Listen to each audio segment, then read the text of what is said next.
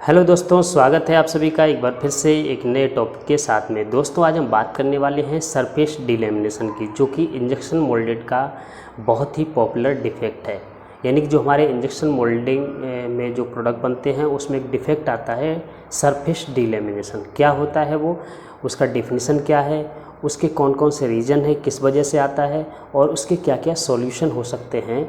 यानी कि अगर हमारा सरफेस डिलेमिनेशन आ सकता है तो उन सारी चीज़ों को हम बहुत ही अच्छे से कवर करने वाले हैं इस वीडियो में, और एक एक बारीकी से एक एक चीज़ को समझेंगे कि जो हमारा जो डिलेमिनेशन रहता है वो क्यों आता है और उसको हम कैसे सही करेंगे। तो वो सारी चीज़ें इस वीडियो में हम कवर करने वाले। वीडियो के अंत तक बने रहें क्योंकि वीडियो थोड़ा लंबा हो सकता है, क्योंकि अगर अच्छे से चीज़ों को हम समझाने की कोशिश करेंगे तो थोड़ा टाइम लग सकता है। तो सबसे पहले क्या है, आपका डिस्क्रिप्शन है, यहाँ पे एक डेफिनेशन दिया गया है सरफेस डिलेमिनेशन का।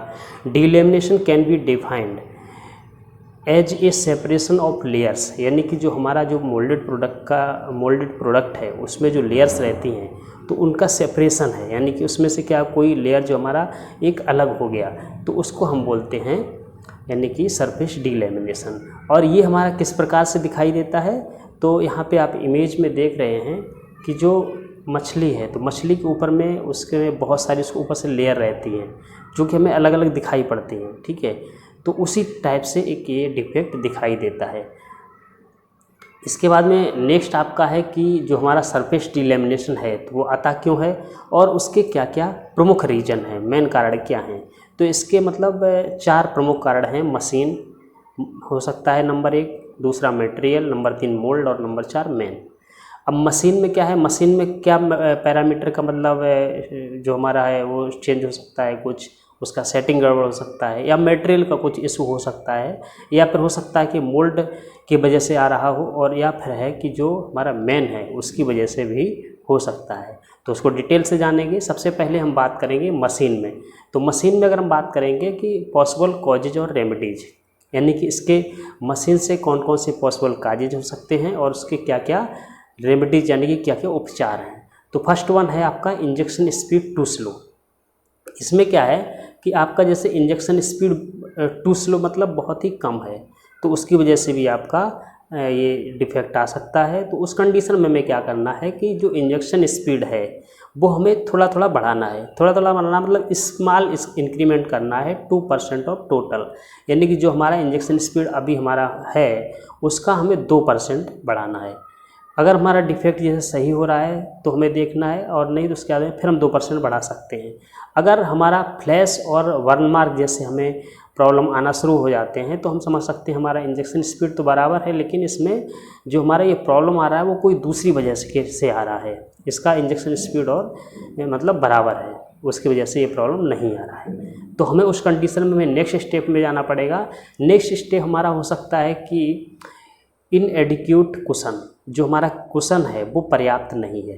ठीक है, तो उस कंडीशन में हमें क्या करना पड़ेगा, कुशन को हमें एटलीस्ट 1/8 इंच रखना रहता है। ठीक है, और 1/4 इंच से हमें अधिक नहीं रखना है। मतलब हम इस रेंज में उसको रख सकते हैं, मोस्टली तो 1/8 इंच रखते हैं, और ये जो है 1/4 इंच से ज़्यादा नहीं होना चाहिए। इंजेक्शन होल्ड टाइम हमारा जो है टू शॉर्ट हो सकता है, यानी कि जो हम इंजेक्शन होल्ड ऑन टाइम दे रहे हैं वो कम हो सकता है, उसकी वजह से भी ये प्रॉब्लम आने के चांसेस हो सकते हैं। तो उस कंडीशन में क्या करेंगे, हम उसको मेंटेन करेंगे, maintain the holding process until the gate freezes. जब तक जो हमारा गेट पॉइंट है वो फ्रीज नहीं होता है उस कंडीशन में हम उसको यानी कि होल्डिंग प्रेशर बढ़ाएंगे। अब इसके अंदर थर्ड पॉइंट इसका क्या है, थर्ड पॉइंट जो है वो आपका है लो बैरल टेम्परेचर। यानी कि आपका बैरल टेम्परेचर जो है वो आपका हो सकता है कम हो। तो उस कंडीशन में क्या है, देखिए सभी मटेरियल के लिए एक रेंज रहता है, जो हमारा मटेरियल हम कौन सा यूज कर रहे हैं और उसके लिए कितना हमें टेम्परेचर रखना होता है, वो जनरली जो मटेरियल का TDS रहता है, ठीक है, टेक्निकल डाटा शीट या COA। तो टेक्निकल डाटा शीट में वो सारी चीज़ें लिखी रहती हैं कि इसको हमें कितना डिग्री टेम्परेचर पे उसको हमें यूज करना है। तो उस कंडीशन में हम उसको उस तरीके से ही हमें उसको यूज करना पड़ेगा। तो बैरल टेम्परेचर अगर कम है तो उस कंडीशन में हम बैरल टेम्परेचर बढ़ा सकते हैं। इस चीज़ें प्रोडक्ट के अकॉर्डिंग, मोल्ड के अकॉर्डिंग थोड़ा बहुत वेरी करते हैं, तो उसी हिसाब से हम उसको एडजस्ट करेंगे। अब नेक्स्ट आपका पॉइंट है यहाँ पर मटेरियल। देखिए अभी हमारा बात हो गया कि मशीन से क्या क्या इशू हो सकते हैं, तो 4 इशू थे, उनके चारों के पॉसिबल कॉजेज हमने जान लिए और पॉसिबल सॉल्यूशन क्या है। ठीक है, तो अभी हम नेक्स्ट बात करने वाले हैं मटेरियल, यानी कि जो मटेरियल्स है, रॉ मटेरियल, उसकी वजह से ये किन किन वजहों से ये डिफेक्ट आ सकता है। तो फर्स्ट वन है कंटामिनेशन रॉ मटेरियल, यानी कि जो रॉ मटेरियल है उसमें कुछ कंटेमिनेशन हो सकते हैं, कुछ यानी कि डस्ट पार्टिकल्स हो सकते हैं, कुछ अनवांटेड मटेरियल हो सकते हैं, या फिर हमारे कुछ दूसरा मटेरियल हो सकता है। तो इस तरीके से हमें क्या करना है कि जो हाई क्वालिटी का मटेरियल उसको यूज करना है। रिग्राइंड मटेरियल अगर हम यूज कर रहे हैं तो उसको कम परसेंटेज में यूज करना है। ठीक है, और उसके बाद में कुछ भी उसमें डस्ट पार्टिकल वगैरह नहीं होना चाहिए। इसके बाद में फॉरेन मटेरियल फॉर और प्रॉपर एडिटिव्स। देखिए कुछ मटेरियल ऐसे हैं कि जो हमारे, जैसे कि मान लो हम एडिटिव यूज कर रहे हैं और एडिटिव यूज कर रहे हैं तो उसका बेस रेजिन जो है वो हमारा मटेरियल के अकॉर्डिंग होना चाहिए। अभी जैसे कि मान लो कोई ऐसा मटेरियल हम जिसके साथ में उसको ऐड कर रहे हैं तो उसके साथ में उसका बॉन्डिंग ही नहीं आ रहा है, प्रॉपर मेल्ट नहीं हो पा रहा है, मिक्सिंग नहीं हो पा रहा है प्रॉपर मेल्ट होने के बाद में, तो उस कंडीशन में ये डिफेक्ट आने के बहुत ज़्यादा चांसेस हैं।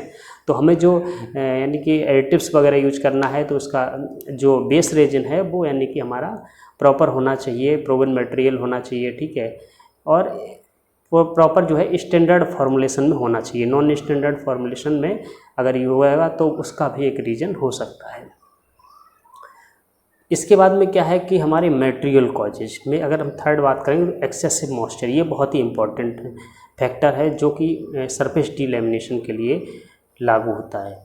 तो उस कंडीशन में हमें क्या करना है कि मॉइस्चर जो है वो अधिक नहीं होना चाहिए। देखिए क्या होता है कि जितने भी मटेरियल हैं हमारे, तो उसमें 2 टाइप के मटेरियल रहते हैं, एक हाइग्रोस्कोपिक मटेरियल है और एक नॉन हाइग्रोस्कोपिक मटेरियल है।